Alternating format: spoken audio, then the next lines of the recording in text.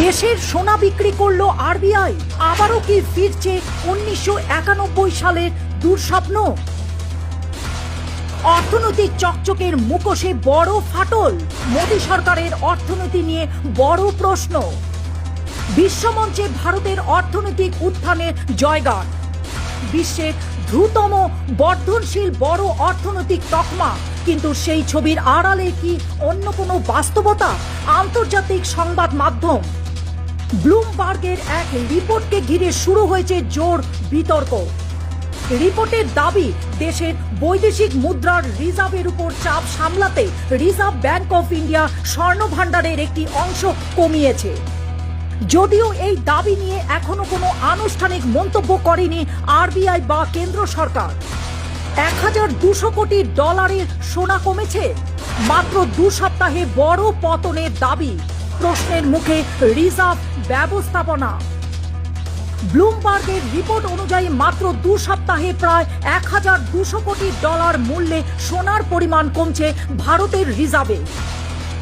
যদিও এই তথ্য সঠিক হয়, তাহলে প্রশ্ন উঠছে, অর্থনৈতিক এখন শক্তিশালী বলে দাবি করা হচ্ছে, এখন স্বর্ণ ভাণ্ডার কমানোর প্রয়োজন কেন?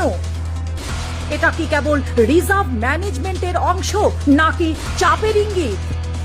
মধ্যপ্রাচ্যের যুদ্ধের প্রভাব, বাড়ছে তেলের দাম, চাপে বিদেশি বিনিয়োগ ও টাকা। পশ্চিম এশিয়ায় অস্থিরতা, জ্বালানির মূল্য বৃদ্ধি, বিদেশি বিনিয়োগের অনিশ্চয়তা এবং টাকার উপরে চাপ, সব মিলিয়ে কি অর্থনীতির উপর তৈরি হচ্ছে নতুন ঝুঁকি? বাজার বিশেষজ্ঞদের একাংশের প্রশ্ন, বৈদেশিক মুদ্রার রিজার্ভকে স্থিতিশীল রাখতে কি সোনার অংশ কমানো হচ্ছে, নাকি এর পেছনে রয়েছে অন্য কোনো আর্থিক কৌশল? 1991 সালে কালো ইতিহাস কি ফিরছে? তখন সোনা বন্ধ, এখন সোনা বিক্রি। 1991 সালে অর্থনৈতিক সংকট ভারতের ইতিহাসে এক কালো অধ্যায়। তখন বৈদেশিক মুদ্রার তীব্র সংকটে দেশের সোনা বন্ধক রাখতে হয়েছিল। সেই কারণে নতুন এই দাবিকে ঘিরে আবারও সামনে এসছে পুরনো স্মৃতি।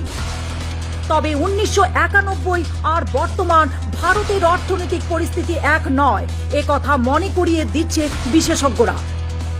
একদিকে কেন্দ্র সরকার স্পষ্টভাবে জানিয়েছে ব্লুমবার্গের রিপোর্টের দাবি ভিত্তিহীন এবং বিভ্রান্তিকর। তবুও বিতর্কের কেন্দ্রে একটাই প্রশ্ন, দেশের স্বর্ণ ভাণ্ডার ও বৈদেশিক মুদ্রার রিজার্ভ নিয়ে প্রকৃত অবস্থা কি? সেই উত্তর এখন জানতে চাইছে গোটা দেশ।